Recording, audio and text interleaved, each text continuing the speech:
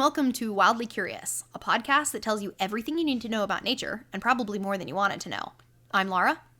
I'm Katy, and this is the last episode of season 10? 10? Yeah, 10 that we're in. 10? Good. 10? Question mark? With my head cold, so I sound awful. But yeah, so we're not going to take technically a break. We're going to have another mini series that's going to be released every week through the month of December. Yeah, kind of like this Cave Chronicles thing, like we're finishing with today. Yeah, so we're going to finish Cave Chronicles today, and then we're going to go into just mini-series every week, and then we're going to pick up with the long episodes again in January. Mm-hmm. Do we want to tell them what the mini-series is? Since, we just decided. Let's give a hint, but not actually say what it is. Oh. Do you know a good hint for it? Okay, our next besides series Scottish? Does have to do with a habitat and cool things found there. Cool things found in a unique... I feel like it has the same vibe as a cave. It totally does have the same vibe as a cave. But so there's your hints. Underground. There's your hints. Yeah, there's your hints. It has the same vibe as a cave. Same vibe.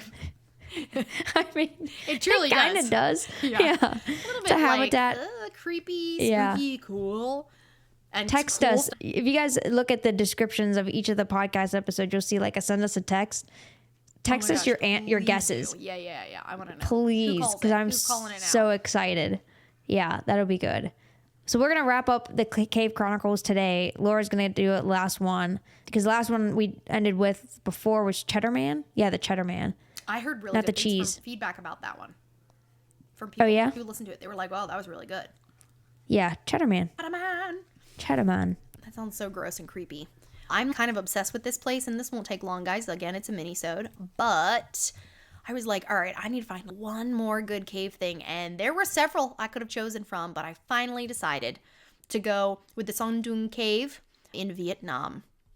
Ooh. I am obsessed with this place now. I need to go here. I was actually texting Katy, and I was like, listen, this is a totally affordable I was going to trip. ask, this is the one. This is the one I was texting you. I was like, listen, we could literally spend 5 solid days in the cave, or 4 days. 4 days in the cave. It's like $3,000.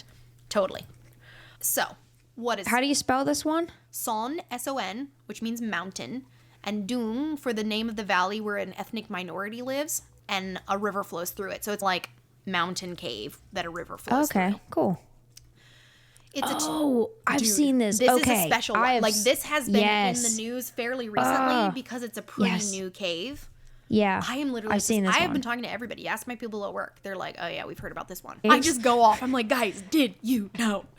This place is 2 to 3 million years old, which in the grand scheme of things is not that old, geologically. Yeah.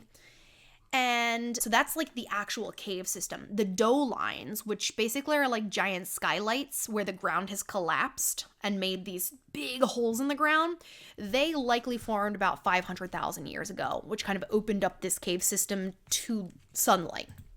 Okay. Before then, it was just all underground. Okay, so this cave was theoretically, it's said to have been found in 1990. Did indigenous peoples find it before then? Surely. But nobody talked about this cave until 1990.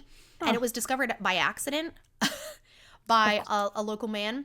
And he was going out in the jungle. It's in the middle of the Vietnamese jungle in this giant forest preserve. And he found it by accident. He didn't actually grasp how large of the cave system he had found. He just sheltered there in a storm and then came back. And then word got out because there are 2 other very well-known caves in the area, and they're all part of, they're not connected, but they're all part of the same rock formation kind of place. Yeah.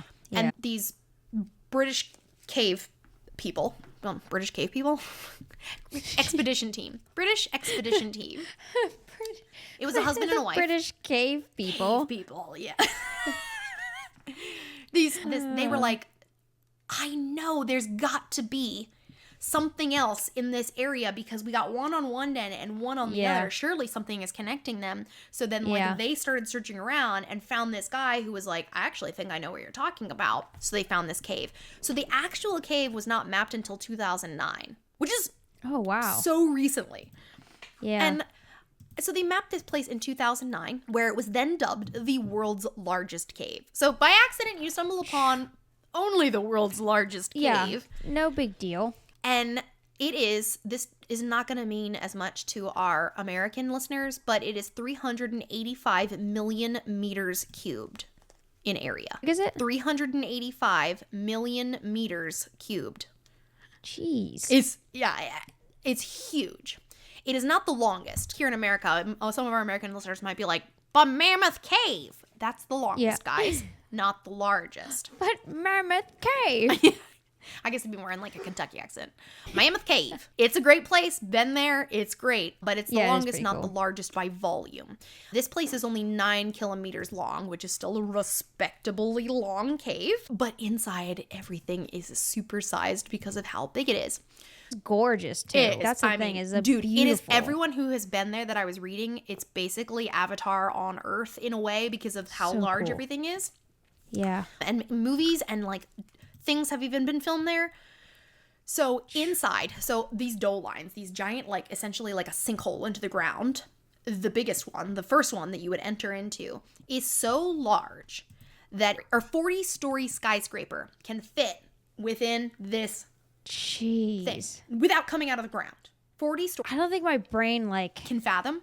You gotta see pictures to only even grasp because the people in it are so tiny.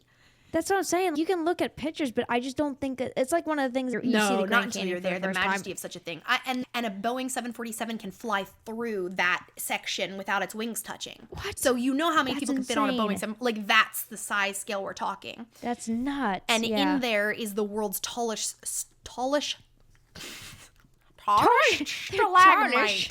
The tallest stalagmite. It's 80 meters tall because it's just dripping from this giant ceiling. And people stand on it, and you are itty bitty tiny, and the sunlight is just beaming down on you. It is the most picturesque place. That's just the first room. Then you continue on, and the place also happens to contain its own rainforest, hence the whole Avatar thing. See, that's my jam, because I'd be like, micro ecosystem. I would be all about it. So that room is called the Garden of Edam, Edam. And it's actually it's a joke because previously the largest cave was found in Malaysia just a few years before that. And they have a room in it called the Garden of Eden. So as a joke, they called this the Garden of Edam. Like, aha. Gotcha. Anyway, inside this rainforest, there are mosses, ferns, flowers, and even skinny trees. And the trees are really freaky because they're about 40 to 50 meters tall, but skinny because they've spent all their energy trying to reach the sunlight up, but they're not girthy, just long. And there's about 200 species of plants in this rainforest in the cave. Now they're not necessarily endemic because this is open to the rest of the rainforest, but they do grow differently than elsewhere. And many animals visit the cave from the outside. Birds, bats, monkeys, snakes, and flying squirrels just yeeting down into this rainforest and going back out. But because it is its own little thing, there are endemic species, which means they're nowhere else. They've already found, what am I get the number right? 7. They've found 7 new species there in that rainforest. They're all small, and they're cave specific, like fish, wood lice, millipedes, spiders, and scorpions, and typically they are the pale, no eye kind of things. Yeah, so nothing too cool yet. Well, whatever, right? but not like its own flying squirrel It's got to be something, species. right? It's got to be something that can't get out of the cave to have evolved by itself down there. So something that can't fly or climb. So it'd be really cool if it was like a big mammal, but I guess it's got to rely on, would it get enough food? Like a sloth species, like its own, I don't know. All right, Laura, we're going. The more I'm looking at pictures of this, I'm telling you, we're going. I go. So awesome. We should invite Bill. Shout out to Bill. If he's still, hopefully still. If you haven't listened to our other cave episode, it's really funny. If you don't know what I'm talking about, then otherwise you're lost. Yeah. Bill, who's Bill? A river does flow through it, though the river is not fully mapped yet, which is awesome. They're still mapping it out. It has waterfalls in it. It creates its own mist. So like the whole area in there is sometimes misty, and there's a giant lake that you can be in underground. Because it is so freakishly large, it has its own weather. So it's just you're on an alien planet. There's no other way to say it. its temperature is around 22 to 25 degrees Celsius in the summer and 15 to 20 in the winter, which for everybody else out there, that just means it's about 8 to 12 degrees colder than outside. So it is always cooler in the cave. Yeah, it's not bad. There's a section that contains coral fossils that you can easily see because, of course, this whole place is made out of limestone, which is ancient Dead Sea creatures. And then there is this formation called the Great Wall of Vietnam. So this is where exploration stopped the very first time people went in because it is a giant flowstone formation, which is like... it's a wall. It was literally insurpassable because they hadn't brought the equipment to do anything to do about it, that. yeah. So it's a flowstone formation is from the dripping, all these... like all the crystals and all the formations like stalagmites have merged, and it looks like a giant waterfall essentially. And it was so tall that they actually couldn't see the top, so they didn't even know how long they were going to have to climb. So they were like, we'll be back. With an unknown amount of equipment. Well, because it took them 2 days to climb it. Dang. With professionals. And that's underground. That's what's insane. Yeah. You know what I mean? Yeah. And it's not even, I mean, it's deep, but yeah. So the top can't be seen from the bottom. It took them 2 days to climb. And that's because it's not, okay, like when I say 90 meters tall, that doesn't actually sound that tall. But because of the difficulty of what they're climbing.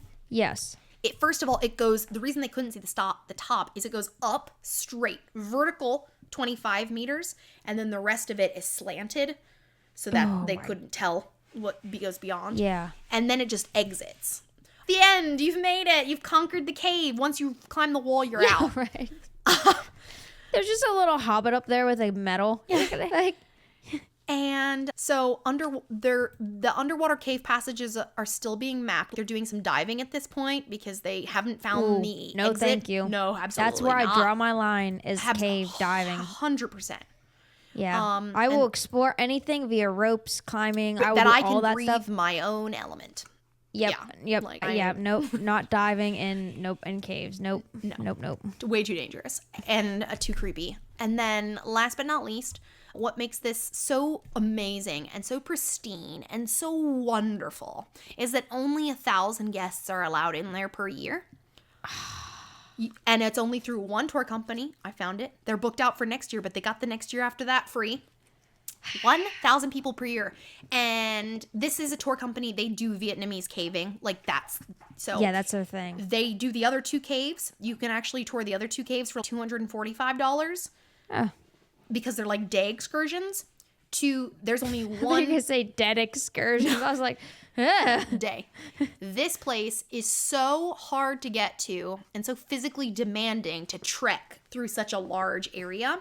You spend 2 nights in it. One under each skylight, like one in the rainforest and one in another place. And you take boats through it on the river. And it's a 6-day trip. 1 day there, trekking through the jungle, and then getting to the cave, and then in the cave for 4 days, and then trekking out of the jungle and going home. So, and it's $3,000, which in the grand scheme of things, like... No, in the grand scheme of things, it's not bad for what you're getting. And you're seeing pristine. Yeah. Nature's wonders. So all that being said, please support us on Patreon. Please, listeners, send Laura and I to Vietnam. Send us there.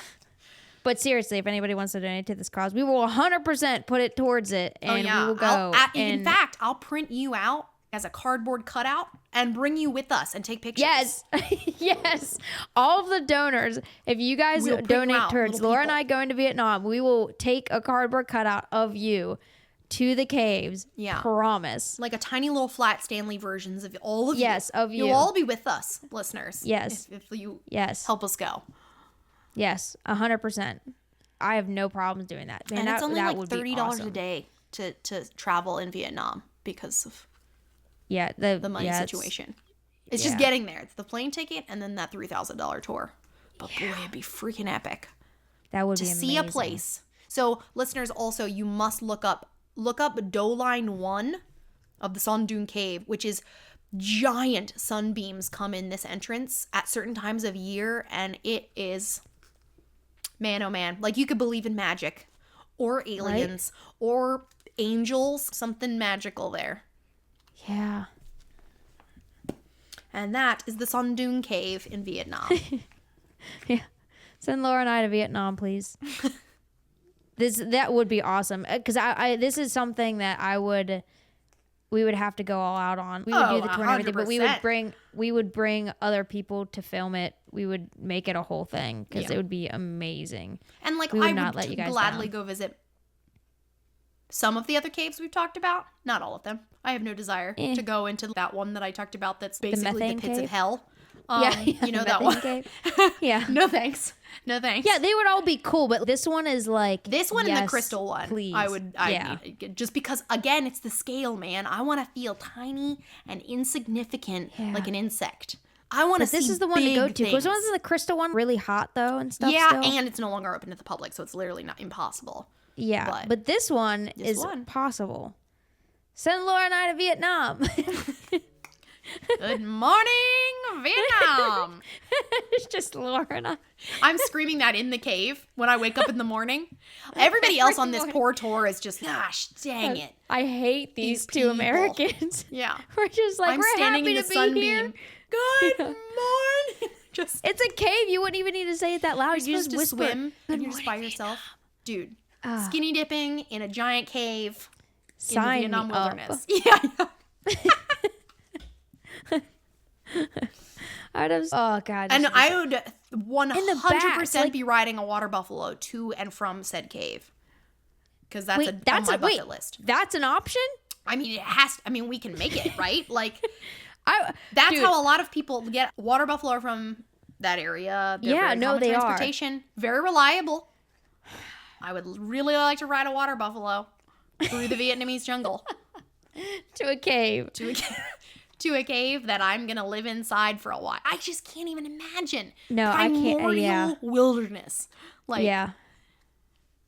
All right, I'll get us a sugar daddy. I would never want to do this ever. No, heck no. Like, I was like, we're doing Justin, this. come on, and he was like, not in 1 million years would this be Justin's cup of tea. To trek through That's the one Vietnamese. less person. That's right. I said, well, that's why Katy exists. Yeah, right. And we do this like, I'm not asking really for you to come. Yeah, I'm just saying I'm gonna going go and I it. need you to watch Alora. Yeah, I'm requesting your babysitting services for our child right now. Like, He would hate it. It would be no fun at all. Gosh. The bats, though, for me, it would be the bats. Well, and that's whole gonna be the next rabbit hole. rainforest. The other reason why the rainforest does so well is because of all the freaking guano. Right? The bat, man. And that's a whole ecosystem I've never explored before. A cave rainforest? Of course you haven't. No, well, even just Asia in general. Oh, Asia okay, in general, yeah. I've never been to Asia.